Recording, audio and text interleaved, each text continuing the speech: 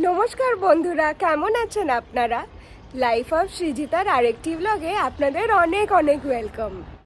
আপনারা হয়তো আমার গলা শুনেই বুঝতে পারছেন যে এতদিন ব্লগ এই জন্য করতে পারিনি, কারণ শরীর এবং গলার অবস্থা খুবই খারাপ ছিল। আপনারা তো আগের বারেই দেখেছিলেন যে আমি কলকাতাতে এসছিলাম, বন্ধুদের সাথে দেখা করলাম, পরিবারের সাথে টাইম স্পেন্ড করলাম। তারপর আবার আমি ব্যাঙ্গালোর চলে গেছিলাম। ওখান থেকে আমি মা বাবার সাথে পুরী গেছিলাম এবং তারও ব্লগ আপনারা খুবই অ্যাপ্রিসিয়েট করেছেন। এবং এখন আমি আবার চলে এসেছি কলকাতায়, কারণ আমার দুখানা স্পেশাল ভাই বোনের বিয়ে অ্যাটেন্ড করার জন্য। সকালবেলা আমি যাব শোভাবাজার রাজবাড়িতে, এবং শোভাবাজার রাজবাড়ির সাথে আমাদের কী রিলেশন সেটা আমার বাবা আপনাদেরকে ভালো করে বোঝাতে পারবে। শোভাবাজার রাজবাড়ি আমাদের সাথে এক আত্মীয়তার যোগ আছে। আমার মারা ছিলেন 3 বোন, তার মধ্যে এক বোন এর সাথে শোভাবাজারের একজনের সাথে বিবাহ সূত্রে আবদ্ধ হয়। সেই সূত্রে এটা আমাদের মাসির বাড়ি হয়ে যায়।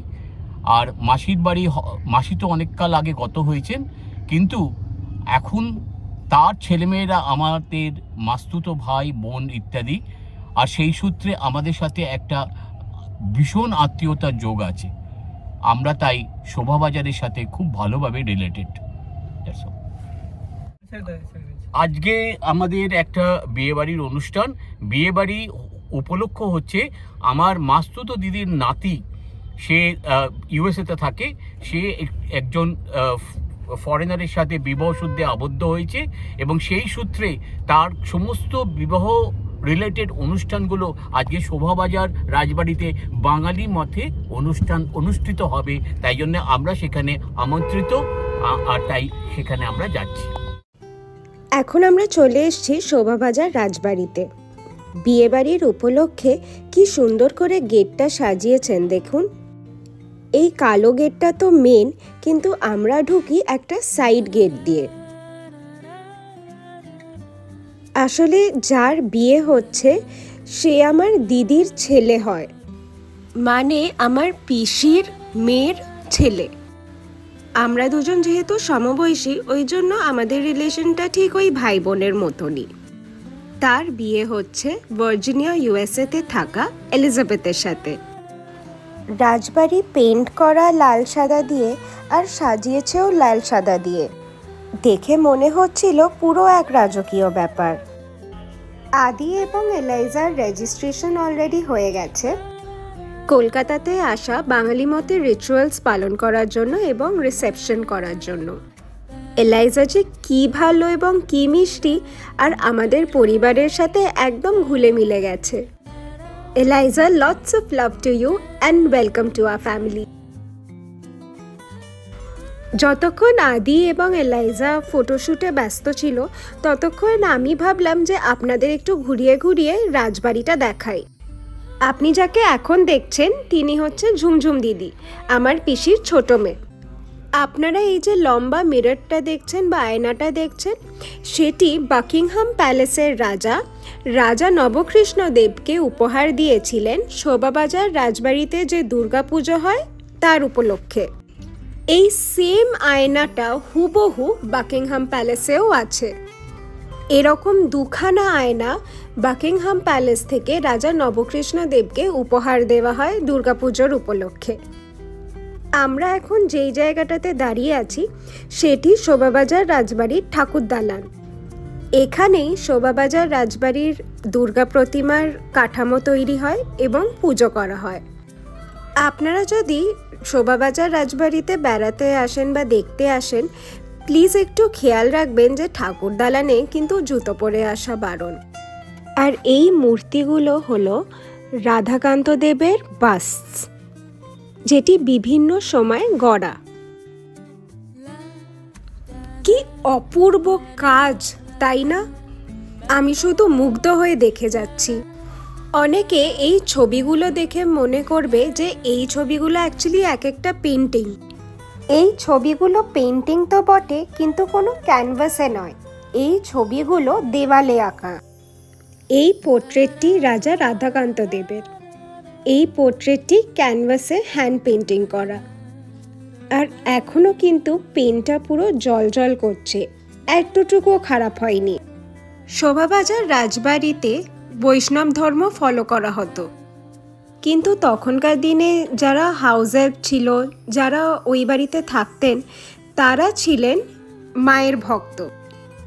শোভাবাজার রাজবাড়িতে কিন্তু মা কালীর পুজো করা নিষেধ ছিল, কিন্তু যারা হাউস হেল্প ছিলেন তারা তো মা কালীর পুজো করবেনই। তখন একটা উপায় বের হলো। শোভাবাজার রাজবাড়ির গেটের বাইরে মা কালীর মূর্তি প্রতিষ্ঠা করে মন্দির করে ওখানে হাউস হেল্পরা পুজো করতে যেতেন, আর রাজবাড়ির ভেতরে বৈষ্ণব ধর্ম অনুযায়ী গোবিন্দজির পুজো হতো। আপনারা শোভাবাজার রাজবাড়িতে এলে কিন্তু এখনও মা কালীর মন্দিরটা দেখতে পাবেন। শোভাবাজার রাজবাড়িতে কিন্তু আরেকটি হিস্টোরিক ইভেন্ট হয়েছিল। আপনারা কি গেস করতে পারবেন সেটি কি? হ্যাঁ, আপনারা ঠিকই ধরেছেন। স্বামী বিবেকানন্দ যখন শিকাগোতে ওনার ফেমাস স্পিচ, যেটি অ্যাকসেপ্টেন্স অফ রিলিজন এবং ইউনিটির ওপর ছিল, সেটি দিয়ে যখন ভারতবর্ষে ফেরেন, তখন এই শোভাবাজার রাজবাড়িতেই ওনার গ্র্যান্ড ওয়েলকামের জন্য একটি রিসেপশন আয়োজিত হয়। ঠাকুর দালানে সেই দিনের একটি ছবিও বাঁধানো আছে। আর যেই জায়গায় স্বামীজিকে অভ্যর্থনা জানানো হয়েছিল সেখানে ওনার একটি স্ট্যাচু করা আছে। এই জায়গাগুলোতে পাঠশালা বসতো। এই সব গল্পগুলোই আমার বাবা, জেঠু, দাদুদের মুখে শোনা। অনেক তো গল্প হলো, চলুন একবার আপনাদের রাজবাড়িটাকে একটু ঘুরিয়ে দেখাই। আই এম শিওর আমার সাথে সাথে আপনাদেরও খুব ভাল লাগছে। এখন আমরা যাব সিঁড়ি দিয়ে উঠে একটু ছাদের দিকে। ওখানে আদি এবং এলাইজার ভাত কাপড়ের অনুষ্ঠান হবে। চলুন আপনাদেরও নিয়ে যাই। আপনারা কিন্তু এই নতুন দম্পতিকে আপনাদের প্রাণ ভরা ভালোবাসা এবং আশীর্বাদ দেবেন। এই যে সাইডে যারা বসে আছে তারা হলো এলাইজার পরিবারের লোক, আর এই যে আদি এবং এলাইজার ভাত কাপড়ের দায়িত্ব অনুষ্ঠানটি শুরু হলো। এলাইজা এবং ওর পরিবারের জন্য এই সব অনুষ্ঠান আচরণ সবই নতুন, কিন্তু তাও এলাইজা এবং ওর পরিবারের সকল সদস্য আমাদের কালচার, ট্রেডিশন এবং আমাদের পরিবারকে আপন করে নিয়েছে। আশা করছি ওদের কলকাতায় এসে তো ভালোই লেগেছে, আর আমাদেরও ওদের পরিবারের সঙ্গে মিশে এবং এলাইজাকে পেয়ে খুবই ভালো লেগেছে। ওরা দুজন যেন সারা জীবন এরকমই হাসি খুশি থাকুক। বিয়ের অনুষ্ঠানের মণ্ডপের সাজটা কেমন হয়েছে আপনাদের একটু ঘুরিয়ে দেখিয়ে দিলাম। এটা রাজবাড়ির পেছন দিকটা। সামনে যখন অনুষ্ঠান হচ্ছিল তখন এই দিকটা রান্না করা হচ্ছিল অনুষ্ঠানের জন্য। রান্নার কিভাবে যোগাড় যন্ত্র এবং আয়োজন করা হচ্ছে সেটা আপনাদের একবার দেখিয়ে দিলাম। একটু বেলা হয়ে গেছিল বলে আমরা খেতে বসে গেছিলাম। প্রথমে বাবা, জেঠু, দাদুদের বসিয়ে দিয়েছিলাম, তারপর বসেছিলাম আমরা। আর এটি হচ্ছে বাইরের দৃশ্য। কি সুন্দর লাগছে ঠাকুর দালানটা এখান থেকে। বিয়েবাড়ির মেনু মানেই তো দুর্দান্ত খাবার। মেনুতে ছিল এলাইজার পরিবেশন করা ঘি ভাত, সাদা ভাত, ডাল, ঝুরি আলু ভাজা, শুক্তো, দই কাতলা, পাতুরি, মিষ্টি, চাটনি, পাঁপড়, সাথে ছিল পান। আর আরেকটি মজার জিনিস ছিল, আমাদের বাড়িতে যেমন তত্ত্বের মিষ্টি হয়, তেমনি এলাইজা এবং তার পরিবারের সদস্যরা ওখান থেকে চকলেট প্যাক করে তত্ত্বের মিষ্টি হিসেবে আমাদের উপহার দিয়েছে। এই তত্ত্বের চকলেট ব্যাপারটা আমার জন্য কিন্তু খুবই এক্সাইটিং এবং ইউনিক। শোভাবাজার রাজবাড়ি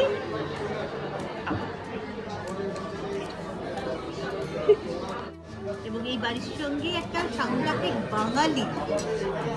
বাঙালিয়ানার ইতিহাস জড়িয়ে।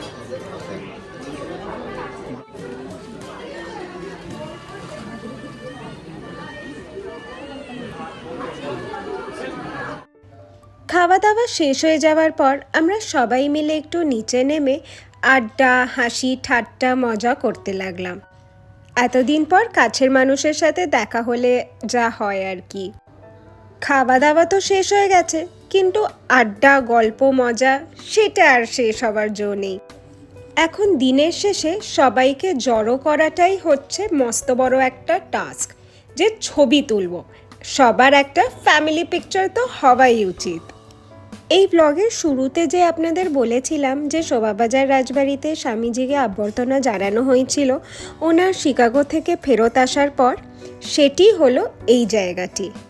আপনাদের ভালো লাগবে বলে ক্যামেরা বন্দি করে নিলাম। এলাইজার আদিকে জানাই আমার আন্তরিক শুভেচ্ছা এবং ভালোবাসা। ওদের রিসেপশনে আমরা খুব এনজয় করেছি। ডিসেম্বর আসা মানেই তো অনেক বিয়ের ইনভিটেশন পাওয়া, তাই আমার নেক্সট বিয়ের ইনভিটেশন ছিল আমার এক বোনের বিয়ের ইনভিটেশন। তিতলি আমার বোনের মতন ঠিকই, কিন্তু আসলে আমি ওর পিসি হই, কিন্তু আমাদের এজটা প্রায় সেম। রাতের ইনভিটেশন ছিল বেলভেডিয়ার ক্লাবে, আলিপুরে। এটি 2 স্টেটস ম্যারেজ, বর উড়িষ্যা থেকে আর কনে অবশ্যই কলকাতার। তিতলি আমার এক দাদার মেয়ে, মানে বাবার সবচেয়ে বড় দিদির ছোট ছেলের মেয়ে। যখন আমরা বেলভেডিয়ার ক্লাবে ঢুকি তখন মালা বদল হচ্ছিল। আমি হয়তো ক্যামেরাম্যানদের মতন অত ভালো ভিডিও করতে পারিনি, কিন্তু এইসব ভিডিওগুলো পরে দেখেই খুব মজা হবে। পরে এই ভিডিওগুলো দেখলে কত স্মৃতি মনে পড়ে যাবে। আমি আমার বিয়েতে খুবই নার্ভাস ছিলাম, ওই জন্য এই রিচুয়ালগুলো দেখে আমার মাঝে মধ্যেই মনে পড়ে যায় যে হ্যাঁ, এটা তো আমার বিয়েতেও হয়েছিল, তখন কি না মজা আসে আমার। আর তিতলির বিয়ে বলে কথা, সেটা তো স্পেশাল হবেই। বেলভেডিয়ার ক্লাবটা খুব সুন্দর করে সাজিয়েছিল, চতুর্দিকে কত আলো, খুব ভালো ডেকোরেশন করেছিল। আর তিতলিকে একদম রানীর মতো দেখতে লাগছিল। এখন ওদের মালা বদলের সময়। এই সুন্দর মুহূর্তগুলো দেখে যদি আপনাদেরও কিছু বিয়ের মুহূর্তের কথা মনে পড়ে থাকে, অবশ্যই কিন্তু আমাকে কমেন্টসে জানাবেন। আপনাদের বিয়ের সময় কেমন মনে ফিলিংস হয়েছিল, কী ভাবছিলেন, সবই কিন্তু আপনি আমার সাথে শেয়ার করতে পারেন। তিতলির বিয়েটা হলো কলকাতায় আর রিসেপশন হবে ভুবনেশ্বরে। তিতলির বিয়েতে যেহেতু আমাকে শাঁখ বাজানোর দায়িত্ব দেওয়া হয়েছিল, তাই ক্লিপিংস তুলতে মা আমাকে হেল্প করেছে। So thank you so much mummy. তিতলির বিয়ের কিছু মুহূর্ত আমি আপনাদের জন্য তুলে ধরলাম। আপনারা প্লিজ ওদের বেস্ট উইশেস দেবেন। আর এইবার সবচেয়ে স্পেশাল মুহূর্ত, সিঁদুর দানের পালা। ছেলেদের বাড়ির সাইড থেকে এটি একটি রিচুয়ালটা খুব ভালো করে হয়তো আপনাদের এক্সপ্লেন করতে পারবো না, তখন বিয়ের মাঝখানে আমিও ঠিক জানি না যে উড়িয়া রিচুয়াল অ্যাকচুয়ালি কী হয়, কিন্তু যেটা বুঝলাম যে ছেলেদের বাড়ির সাইড থেকে মেয়েকে কিছু উপহার দেওয়া। দাদা বৌদি কিন্তু তিতলির বিয়ের অনুষ্ঠানে দুর্দান্ত মেনু করেছিল, কি নেই তাতে। কাবাব থেকে শুরু করে, ফুচকা থেকে শুরু করে, মকটেলস, পোলাও, রাইস, চিংড়ি, মাটন, দুর্দান্ত মেনু। আমরা রাত্রির বেলা তিতলির বিয়েতেও খুবই এনজয় করেছি। 2 বিয়েবাড়ি অ্যাটেন্ড করে এখন আমার ব্যাঙ্গালোরে ফেরত যাওয়ার পালা। আমি এই পুরো ভেকেশনটা খুবই এনজয় করেছি এবার। আশা করছি আপনাদেরও আমার পরিবারের সাথে আলাপ করে ভাল লেগেছে। আপনাদের যদি এই ব্লগটা ভালো লেগে থাকে তাহলে অবশ্যই আমাকে কমেন্টে জানাবেন।